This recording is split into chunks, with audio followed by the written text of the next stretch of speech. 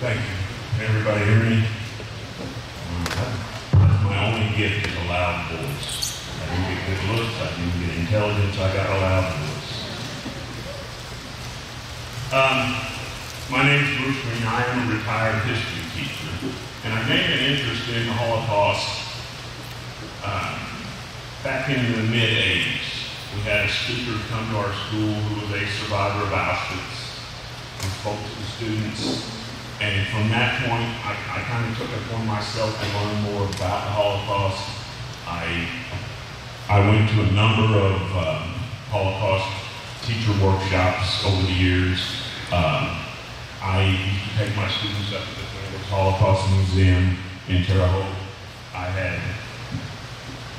I'll fix it this second.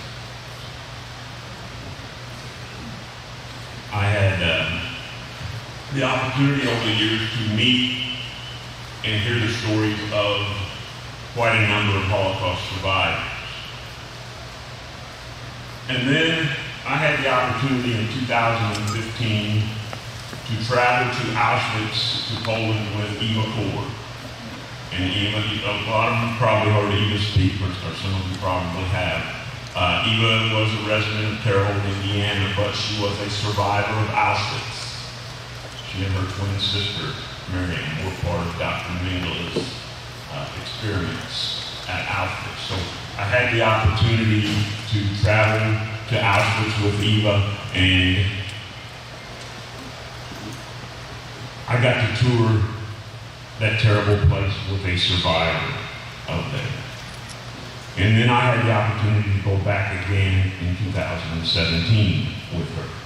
So I was actually there twice. Now they have made a documentary about Eva, and actually made it on the second trip I went to. It's called Eva A7063. And I'm not sure where all it's available right now, but it tells her story. So if you haven't heard her story, that's a great place to see it. I've done this in front of a large group of adults before, so bear with me. I think to talk about Auschwitz, we have to put it in perspective of the Holocaust in general. So I'm going to talk about the Holocaust and some people that helped orchestrate that terrible happening in history. I want you to listen to the numbers when I talk here today, because the numbers tell the story. The numbers that are killed, the numbers that were kept in these camps and used as slave laborers. 12 million people were murdered in the Holocaust. 6 million of them were Jewish. Other groups that were killed in the Holocaust included the Roma, the Gypsies, the Poles, political prisoners, homosexuals, disabled, Jehovah's Witnesses, among other groups. After World War I, Germany had problems. The Treaty of Versailles put some real restraints on them, especially economically. And they were suffering economically. And then worldwide depression hits. And that just kind of creates a much larger economic problem in Germany. So this new party has developed after World War I called the Nazi Party. And they developed this theory that a group of people caused these problems. And they sell that to the German people,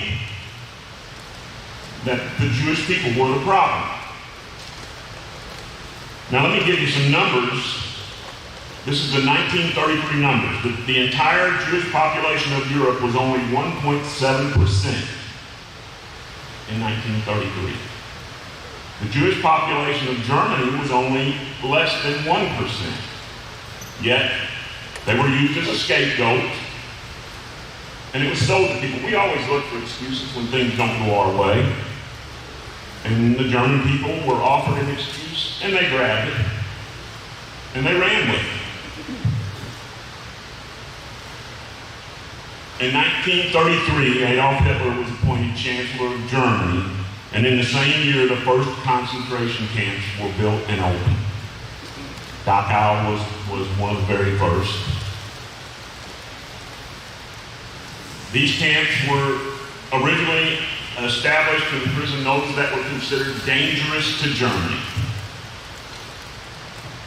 And then in 1935, the Nuremberg laws were passed. The Nuremberg laws were anti-Jewish laws.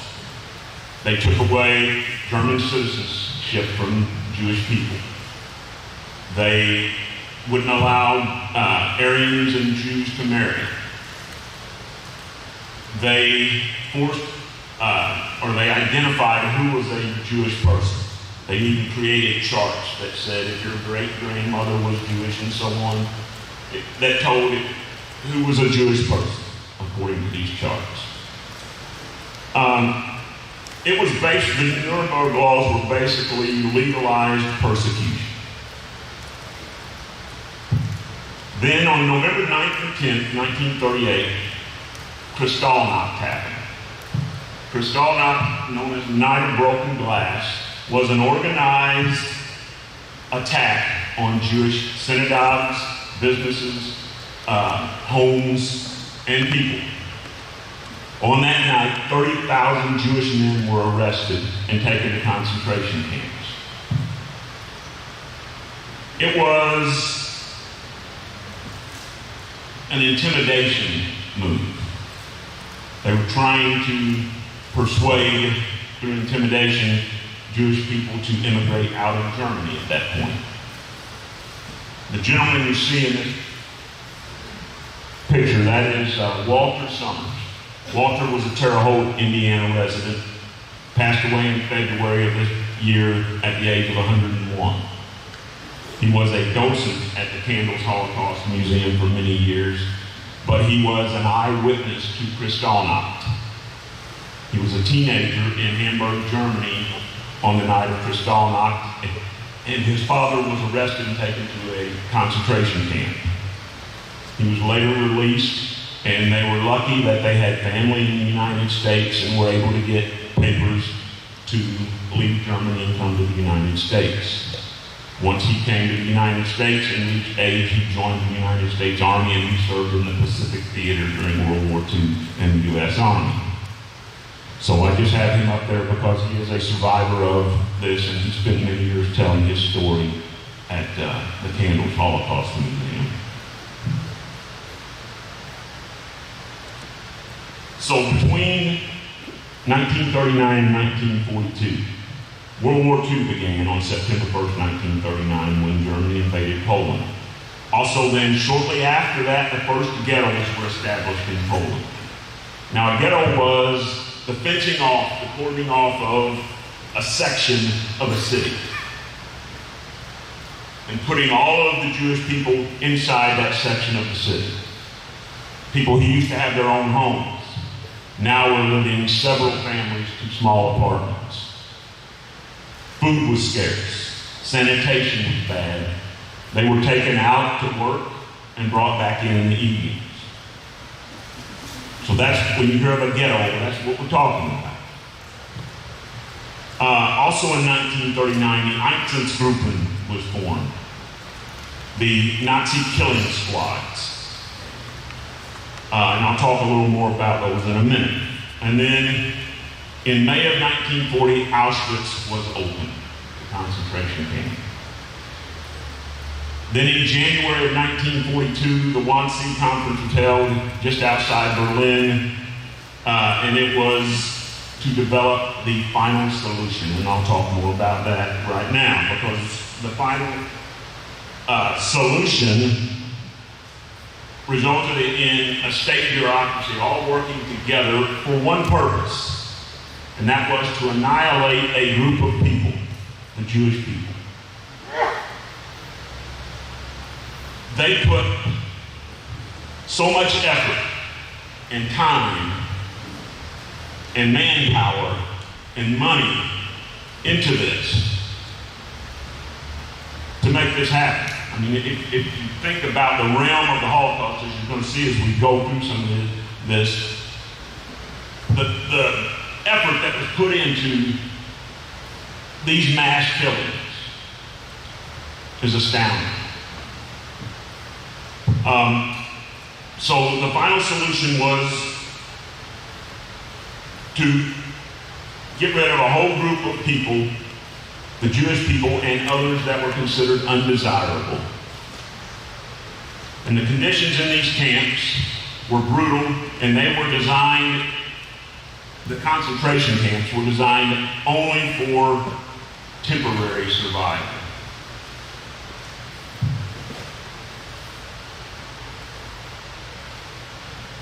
This guy we've got to talk about if you're going to talk about the Holocaust.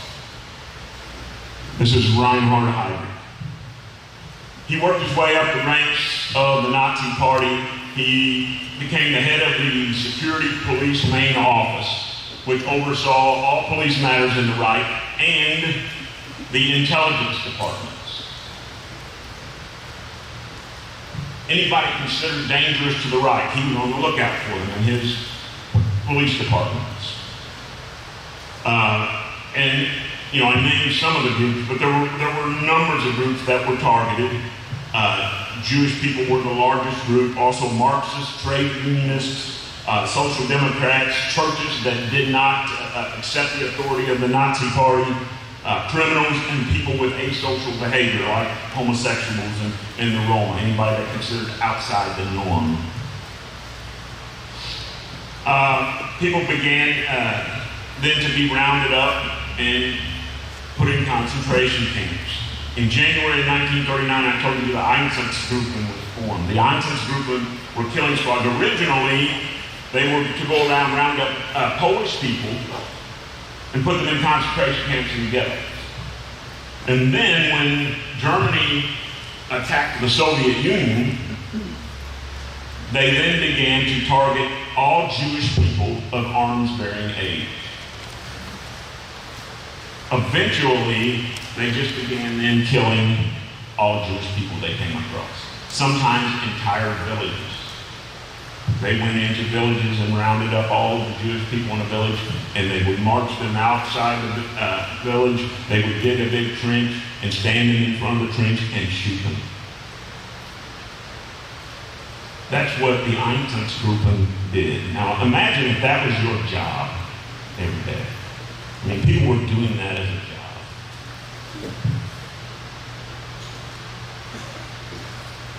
Heydrich invited officials from throughout the German Reich to a conference in January of 1942 in a village just outside Berlin that comes to be known as the Wannsee Conference.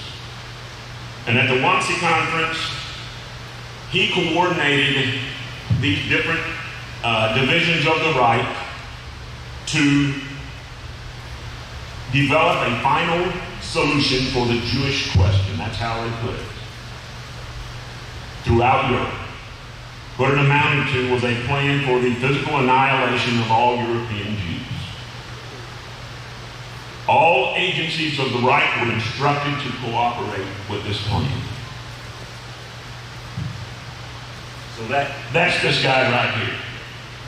So when you talk about the Holocaust, he's the one that headed up the development of it. He also then was appointed as the Reich protector of Bohemia and Moravia, which was the part of Czechoslovakia that was under German control. And he was living in Prague. In May of 1942, his car was attacked by two Czech agents. They threw a grenade at his car. He was wounded, and he died in early June of infection. But that did not kill the plan he developed. It continued to be carried out. All right, we probably all heard of some of the concentration camps, and probably the largest ones, the main ones. But let me give you another number. Between 1933 and 1945, there were 40,000 concentration camps built throughout Europe.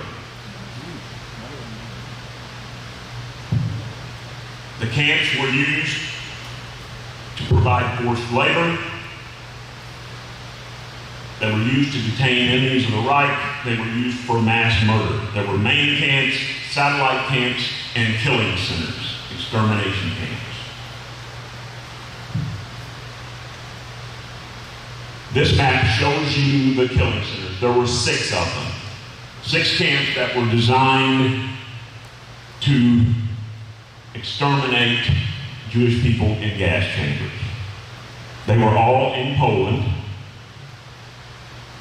In total, they executed about 3 million people in these camps. Kelno, Treblinka, Sobibor, Belzec, Majdanek, and Auschwitz. Of those, Auschwitz is the largest, and Auschwitz is the only one of the 6 that was also a concentration camp, a labor camp.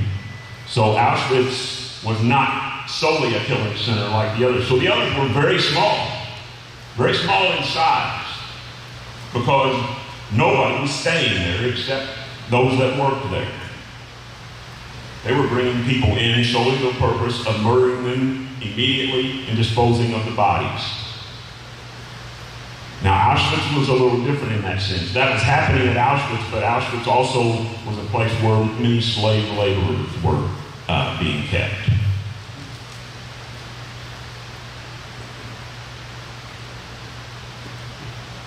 All right, this is an aerial view of Auschwitz complex in 1944.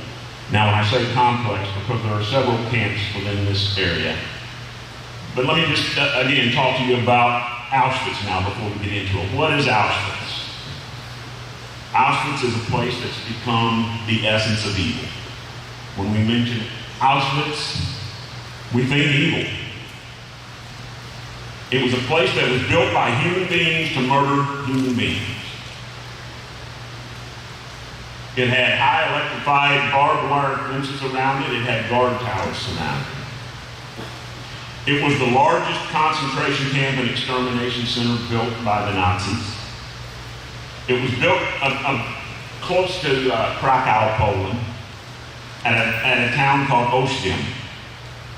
The German name for Auschwitz is Auschwitz. It was built near rail intersections and road intersections for travel, easy travel in and out. It was established originally in 1940 as a labor camp for Polish prisoners in an old military base. And eventually it was expanded to the vast labor and death camp that comes to be known. In March of 1942, Jewish people from all over Europe were rounded up, put in cattle cars, and transported to Auschwitz to be systematically selected and murdered in the camp. Those that weren't murdered were dehumanized. They were registered. Their clothes were taken away from them. They were deloused. Their heads were shaved, and they were tattooed. No longer a name, but now a number. Now let me tell you this, because sometimes people don't know this. Auschwitz was the only camp that tattooed its prisoners. None of the other camps did that. So sometimes when they liberated other camps, there were people there with tattoos on their arms. That's because at some point they had been in Auschwitz. Because sometimes they transferred these people, the laborers, from one camp to another to be laborers elsewhere. But if they had a tattoo, they had at some point been in Auschwitz and registered there. Auschwitz was, the complex consisted of the main camp, Birkenau, Monowitz, and at least 40 subcamps. The main camp was located on the old military base, and it housed between 15 and 20,000 prisoners. Birkenau, the largest area of the camp, also known as Auschwitz II, was about 2 miles from the main camp, and it housed over 100,000 prisoners. It had 4 gas chambers and crematoriums. Auschwitz II, Birkenau, had 4 gas chambers and crematoriums capable of killing as many as 6,000 people per day. Monowitz, also known as Auschwitz III, was located about 6 miles from the main camp, and it housed about 12,000 prisoners, and it was a camp where the prisoners were used as laborers in the IG Farben plant, where they made synthetic oil and rubber, which was just outside the town of Auschwitz. So they built a camp adjacent to the plant. Dr. Browning, I can't see my notes.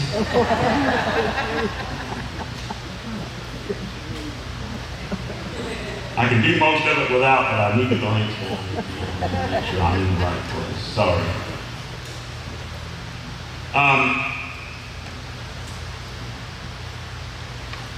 And then there were over 40 subcamps. These subcamps were attached to industries, mines, agricultural areas, ironworks, places where they needed slave labor. Sometimes these subcamps housed only a dozen prisoners, and sometimes as many as a couple of thousand. And there were 40 of those. In all, about 25,000 in the subcamps.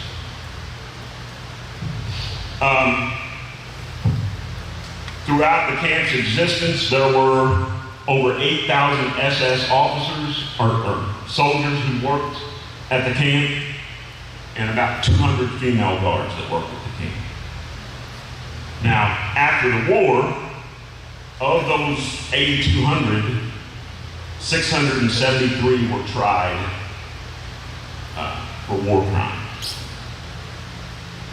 And of that 673, 41 were either sentenced to death or life in prison. About 49% were given terms of 2 to 3 years in prison. Most of the rest were acquitted.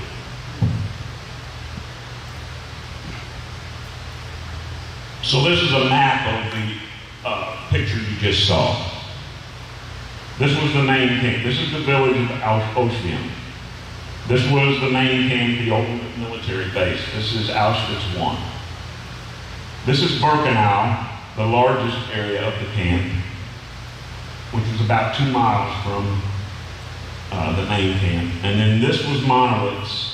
This is the IG Farben plant. And this is Monowitz, which is about 6 miles from the main camp. So here's another guy we got to talk a little bit about. Rudolf Hess. He was the commandant of Auschwitz who served the longest. He wasn't the only commandant of Auschwitz, but he was the longest serving, and he was the commandant at the beginning and at the end.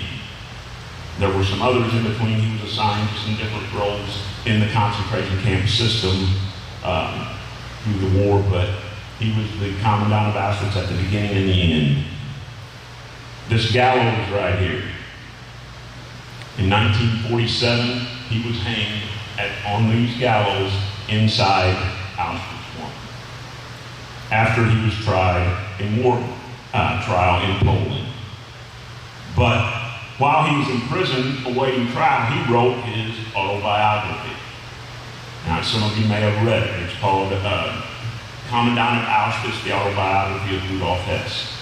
And I've read it, and I also have read the transcript of his trial. And he didn't deny the things that happened at Auschwitz. He didn't take blame, but he didn't deny it.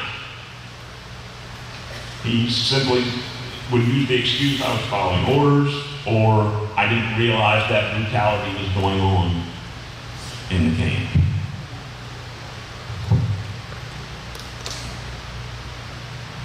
This is an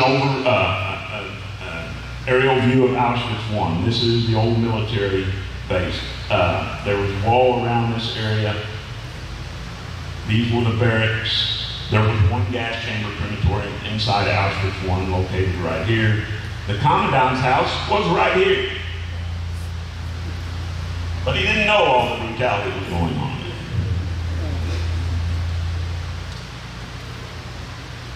This is an aerial view of Birkenau, Auschwitz II, and I'll talk more about this area in a minute.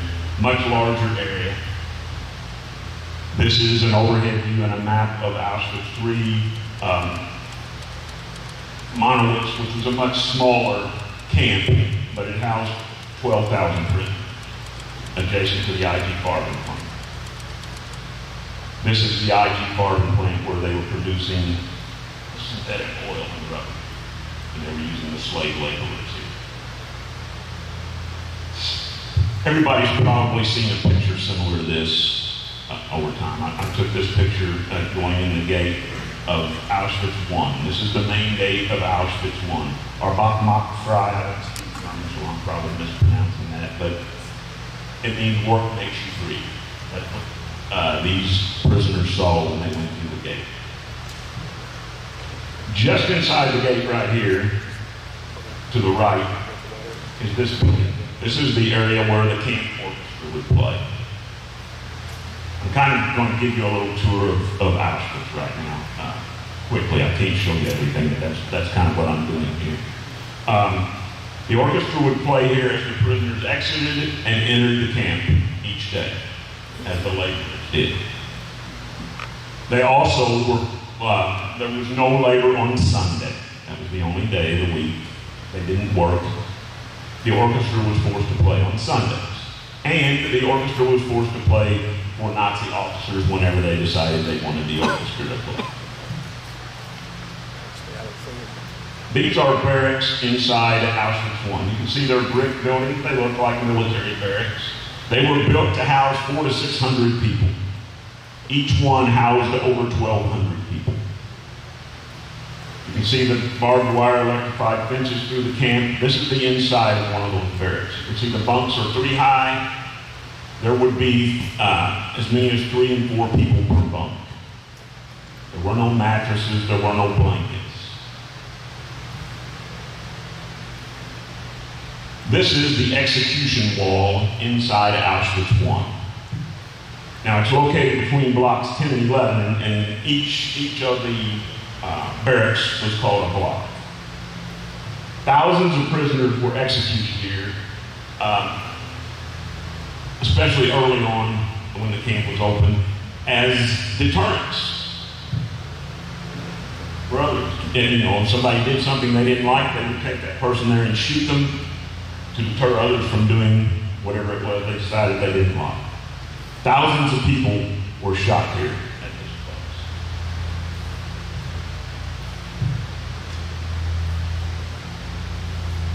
place. This is crematorium gas chamber number 1. It is inside Auschwitz I. It's the only one in Auschwitz I. This was originally the morgue. They transformed the morgue, and the morgue had a crematorium attached to it. They transformed the morgue into a gas chamber. This is the hole in the ceiling where they would drop the poisonous gas pellets.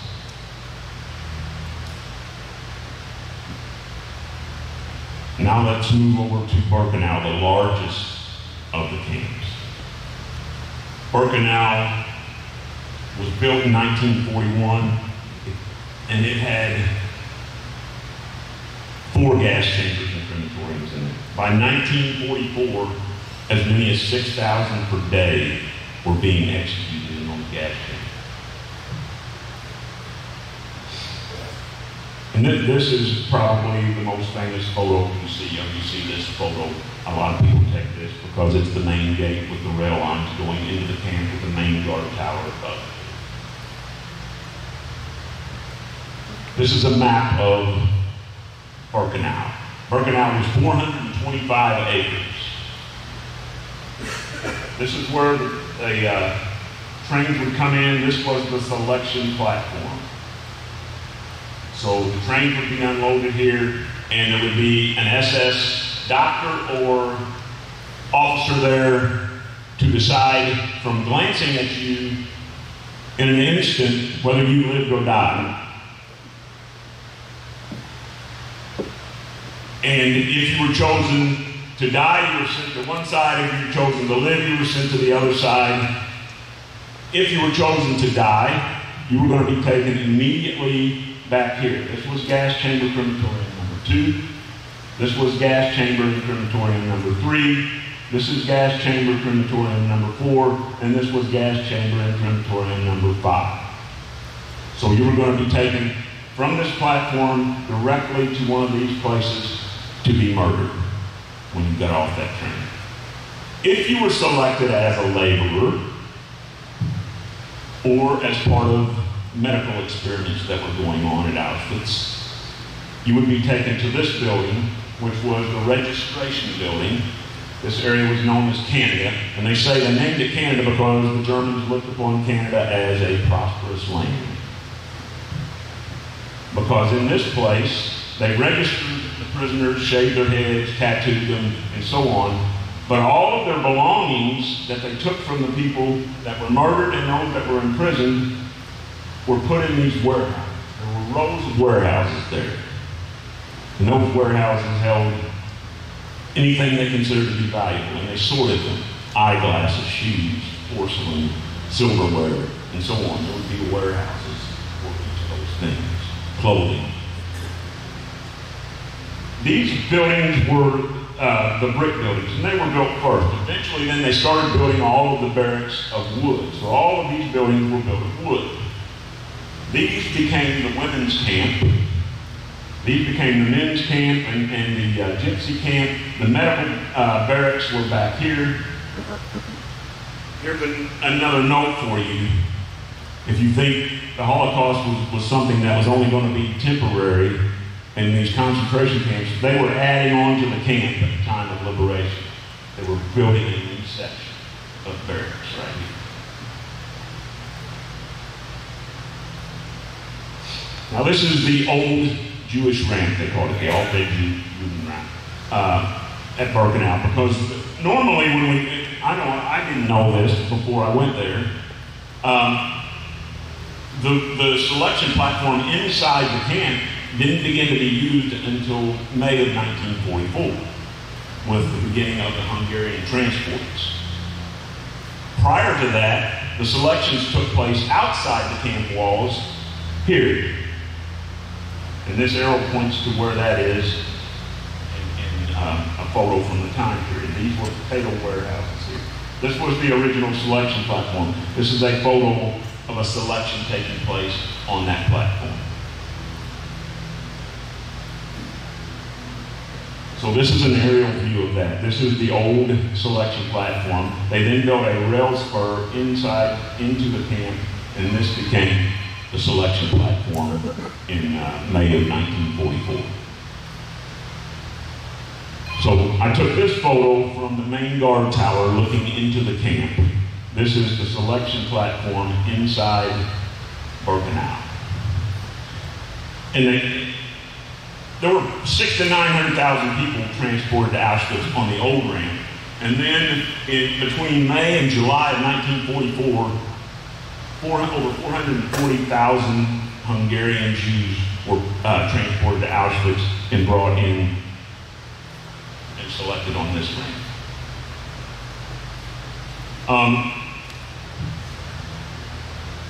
You can see on this side where the brick barracks, the wooden barracks were over here. You can see the guard towers and electric fences through.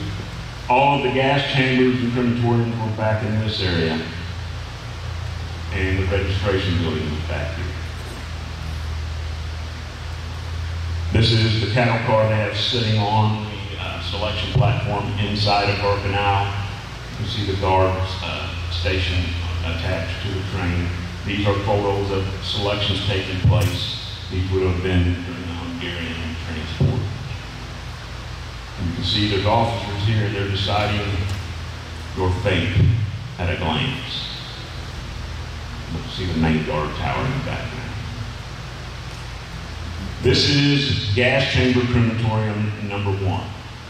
It looks like this because the Nazis blew up the gas chambers as the Soviets approached the camp in January of 1945 to get rid of the evidence. But there are photos of them. This is a photo of the crematorium inside this building. Now, I traveled there with Eva Core, and Eva, the first time I went with her there, and she's standing here beside this, and she said, "This is my cemetery. This is where my family's buried."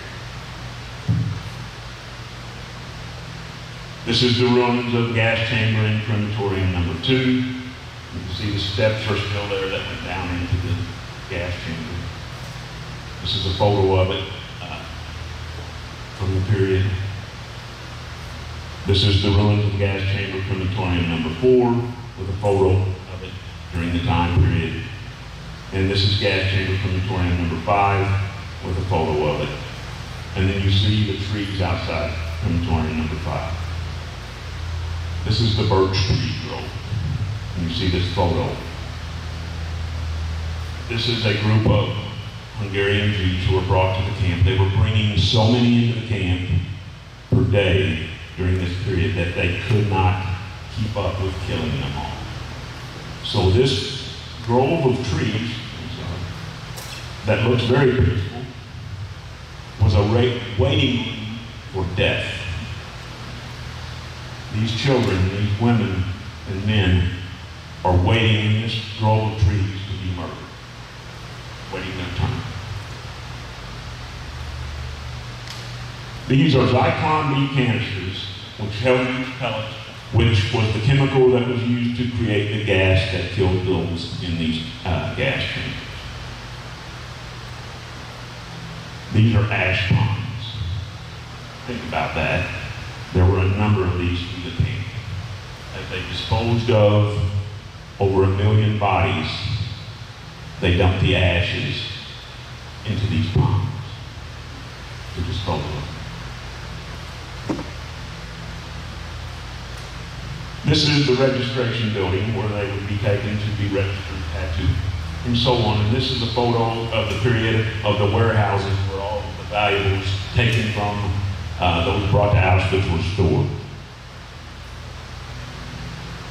And this just shows you vast amounts of things that were found there. Brushes, porcelain, luggage, shoes. These warehouses were full of these things that had belonged to people, family. And these are just some photos inside the camp. I'll try to describe a little. These were the brick barracks. As you looked into the camp, they were to the left. These were the locations of the wooden barracks to the right. You can see the barbed wire and these smaller guard towers throughout the camp, inside the camp. And then this was inside one of the brick barracks. Again, you can see the bunks, and each of those bunks would often hold 3 to 4 people. Some more photos of the camp. You can see the larger guard towers were around the perimeter of the camp, and then the smaller towers like this inside the camp. The barbed wire, electric fences. Now, most of the wooden barracks are just ruins today.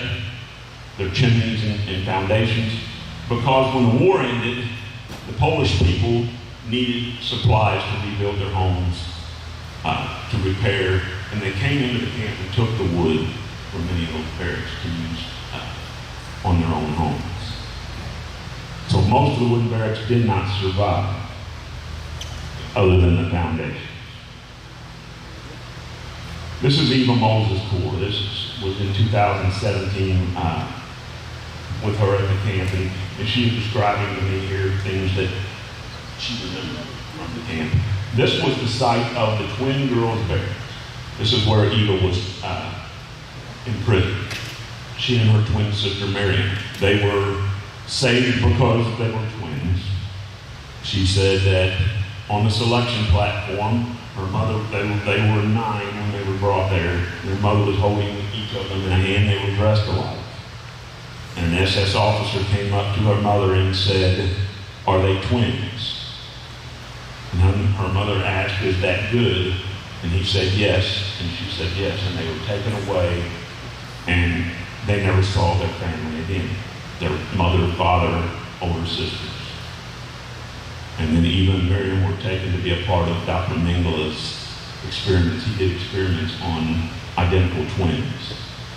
And if one twin died, they immediately killed the other and did a comparative autopsy. Eva was part of experiments that consisted of being injected with things. She called this building the blood lab. This is her inside the building describing to us what would take place there. 3 days a week, They would be taken to this building, they would be put in a chair, their arms would be strapped to the chair, and in one arm they would be injected with things, and in the other arm, blood would be drawn. They never found out what they were injected with. Dr. Mengele's records were never recovered. And then this is the building she called the observation lab, and it was in Auschwitz I. And she said 3 days a week they were marched the 2 miles from Birkenau to Auschwitz I and taken to this building, where she said they were stripped naked. Every part of their body was measured each time they were taken in there, and then they were simply observers. She said someone would sit and make notes about everything they did, and she talked about how humiliating that was. And then this is Eva. Both trips I went with her standing on the selection platform, and it was extremely powerful to hear her tell the story I just told you about the last time she saw her family. She's showing us her tattoo here. Her tattoo was A7063. And then in 2017, she read a letter of goodbye to her parents standing on that platform, because she said she never got to tell them goodbye in 1944. So as January of 1945 rolls around, the Soviets are closing in on Auschwitz. They're beginning to move into Poland. And the Nazis realize they're not going to be able to hold the Soviets off at this point. So they decide we've got to get rid of the evidence. That's when they blow up the gas chambers and they take many of the prisoners on what comes to be known as the death march. 60,000 prisoners from Auschwitz and its subcamps were marched over 30 miles in freezing temperatures with no winter clothing, no food. If they slowed down, they were shot. Many died of starvation, of exposure to the cold. 15,000 of the 60,000 died during that death march. And then they were marched to trains where they were in 30 miles to an area where they could put them on trains, and then they were transported to other camps where they would continue to be used as slave laborers.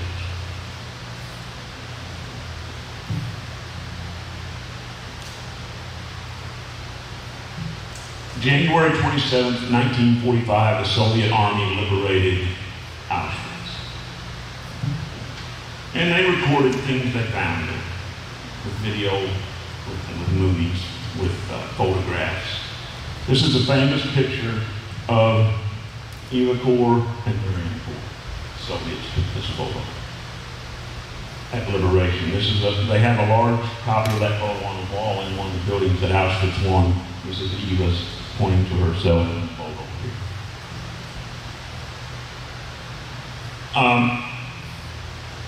When the camp was liberated, they found 7,000 prisoners still there.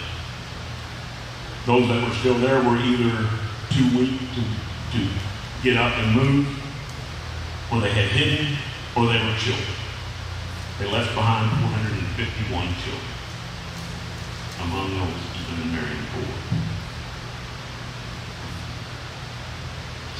So to wrap up,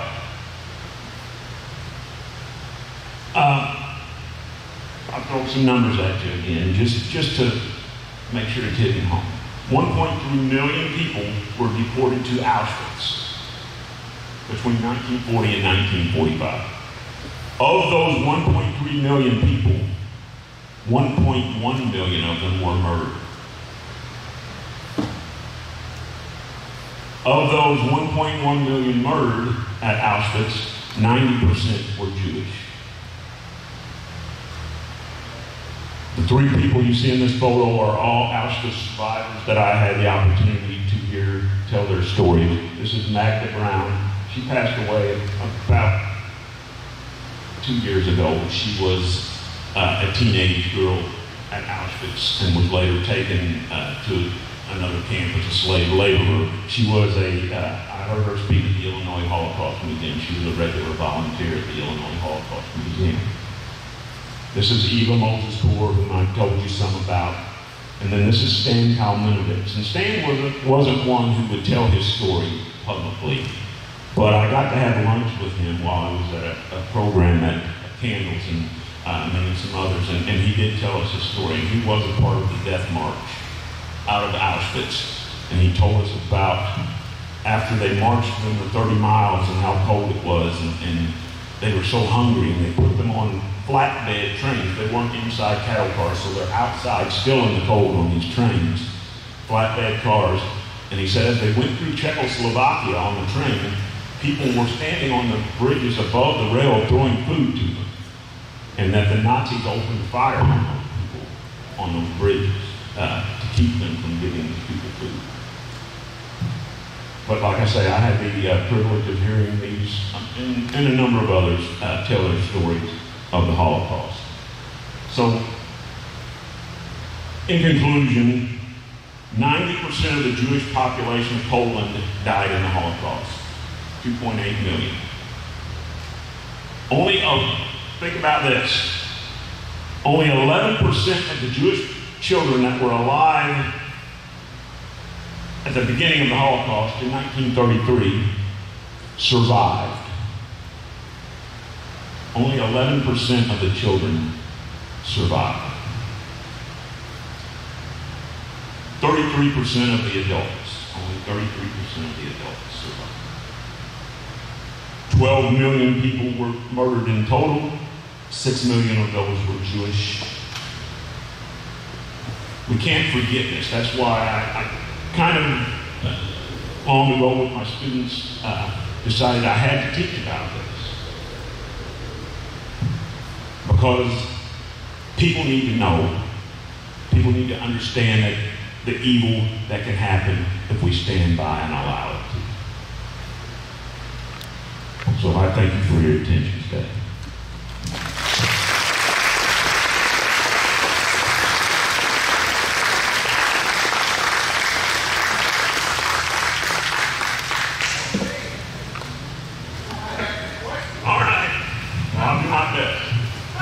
At this point in time, if anybody has questions for Bruce about the Holocaust, Auschwitz, anything that he is able to answer, he will try to answer for you.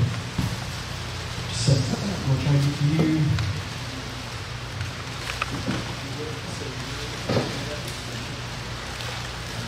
Miss Rhonda, whatever happened to Eva's Horace twin?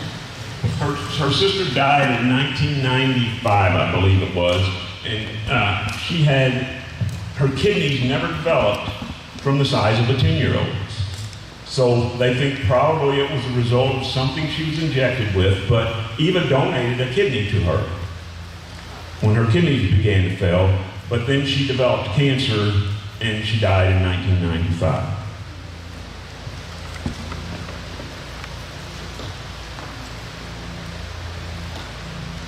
Kohler is my name. I was stationed at Bergen-Belsen. It was up in the British zone. They had a tank gunnery shoot there in 1959 when I was there. And they had a monument that was 50,000 Russians killed there, and another one was 60,000 Jews. But what impressed me was it was a mound of dirt about 12 feet wide, 3 feet high, flat on the top, with a little wooden sign about this big, says April 1945, Terrorized buried 650 bodies. They had all these dead people, and they just dug a trench with a bulldozer and shoved them in and covered them up. Amazing, and I've seen film footage of that. It's astounding. My name is John Dow. It's not a question, it's a comment. I've been there too, and it's bad. But for people who don't want to travel as far, if you go to Washington, D.C. and go to the museum there, it is unbelievable. I tell people to go in the afternoon, but when you get finished, you're going to go home and pull the cover off. Yeah, you're exactly right. The National Holocaust Museum is an amazing museum, and it, like Auschwitz, they're unlike other historical places you visit. You know, I've been to historical places all over the world, well, not all over the world, in Europe and the United States. But I I've never been to a place like Auschwitz or like that museum. You go in and it's just silent. Thank you. Went through nicely, and I've read several articles about people who would deny that the Holocaust ever happened. What was their rationale? What were they trying to prove by denying such? Who were these people? Well, you know, there are still people that do that, and that's a good question. What's your motivation for that? You know, here's the thing about the Holocaust. If the Nazis were anything, they were meticulous record keepers. And they recorded these things. Now, Eva testified in the trial of Graham, I forget his first name. He was a 95-year-old guard from Auschwitz, or he was an accountant at Auschwitz. He kept records of all the valuables they stole from people there. Anyway, at 95, he stood trial in Germany, and Eva testified at his trial, but she said, I'm not testifying to send this man to prison. She said, he's 95, I don't think he should go to prison, but I want his testimony on the record of the things he saw and the things he did there. That's why she testified at his trial. And he gave her a hug. He was a SS soldier at Auschwitz, and she was a prisoner there. And, you know, that's the thing about Eva, and I don't know if you guys know Eva's story, but she forgave. She forgave the Nazis. She forgave Dr. Mengele. No, it was certainly hard, and she would always tell people, because a lot of the other survivors didn't like the fact that she did that. But she always said, it's not for them, everybody's got to make up their own mind, but she said for her, it set her free. Because she said, I was an angry person before that. And when she forgave, she said it was like all that was lifted. So, you know, but she always said that. She said, I can't forgive for you or you or you. I can only do it for myself. You mentioned the museum in Terre Haute. Yes. Repeat the question. Jack Buttram said, talk about the museum in Terre Haute. Please discuss the museum in Terre I Haute. certainly will, because it's a great museum. I used to take my students up there every year when Eva was living, and she would tell her story to them. The Candles Holocaust Museum, Eva started it to make sure her story and the story of the Mengele twins and medical experiments was always remembered. And it is a very nice museum. It has displays about her story, her life. Her husband, Mickey, was also a survivor of the Holocaust. And his story is in there as well. And the story of Walter Walter Summers that I showed you the photo of earlier, his story's in the museum. And you can actually still talk to Eva there. Because they did a hologram of Eva. Originally, they chose like 6 survivors to do holograms of, and Eva was one they chose, and they've done some more since. But she had to go out to California. They put her in this thing with like cameras all around her, and she had to sit. She said she had to sit with her hands on her lap, very still, and they would ask her these questions, and she would answer them. And they got it fixed. I mean, there's key words but you can ask her a question and she'll answer you. And it looks very real. So if you're up there, you can still see Eva. It's right on Highway 41. So as you go into Terre Haute and you're heading toward downtown in Indiana State University, it's on the right. It's not a large building, but there is a sign out front, Candles Holocaust Museum. And if you've never been, I would recommend that you go up and tour that museum. Thank you. I have another question, but 2 other questions for you. First question is about Mr. James Donovan. James Donovan, you know Con, Dees, and Donovan. It's a law firm here in town. Mr. Dees is actually in the West, in the Pacific, or we're working with Donovan. He was supposedly one of the people that tried him in Nuremberg. And the reason this was brought to my light is recently there was a U-2 pilot in 1959 that was shot down over Russia. His name was Powers, and he was a Russian prisoner for 2 years in that time, and they finally traded him in '62 for a Russian prisoner. But his attorney was James Donovan, and it's the same James Donovan that was in the Nuremberg trials right here from Evansville, and that's a famous thing for happening. Can you speak to that? Well, I didn't know him, I never met him, but I have a good friend who was his mailman, and that's how I know about him, because he told me when I was teaching that one of the people on his route was one of the lawyers at the Nuremberg trials. I don't know any details about him. It would be awesome if we could find some information about him for this museum. A second question, Bruce, is the doctor, I think they call him the doctor of death, and there's a Wall Street Journal about a month ago that talked about the doctor of death. Doctor of death is the one that experimented on Eva and her sister, and they said he escaped down to, wound up in South America and would jump around to different places. It sounded like he really had to play under the radar for most of his life, which was miserable for him. And then I think he died in '79, but never really got to enjoy life because he was always scared of things. But his family in West Germany helped support his escape routes for many, many years. And this may be fiction or it may be true. I wonder if you could speak to him about him. What I can, because the interesting thing is Eva did not believe that was him that died in 1979, because she tried to get them to do DNA matches with his children, and they wouldn't provide any DNA to prove that those were his remains. They claimed he drowned in South America, and then they buried him without, and then later they said, oh, that was him, we buried him. And they did do dental records, and they say they identified him that way, but Eva never believed it was really him because the family refused to allow DNA to be done.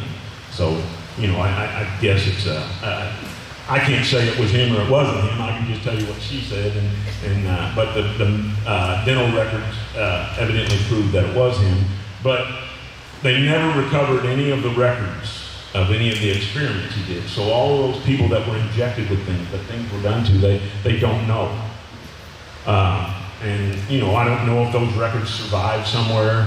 You know, if his family knows where they are, they've never told, they've never turned them up. But you know, think about this guy. What kind of mind? I mean, you're a doctor, Dr. Brown, would allow you to take a human being and do such things to them. I mean, it's unfathomable. You know, doctors are supposed to save people. Another question here?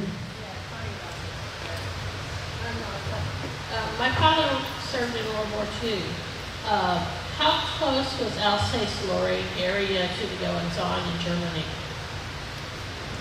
Anybody know the answer to that one? I'm not sure.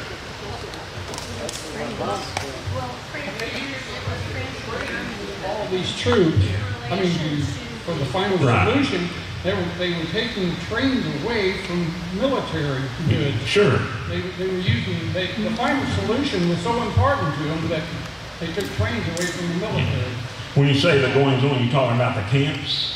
The camps, the activities, the whole program to get rid of the Jews. I mean, fairly close. Did it involve shipping them out? Yeah, I think they went through there, sure. Any other questions from the audience? Okay. Bruce, I had a picture that was just up. It said, Arbeit macht frei. What is the translation of that? Do you know? Work makes you free. Say it out loud. What is the significance? Work makes you free.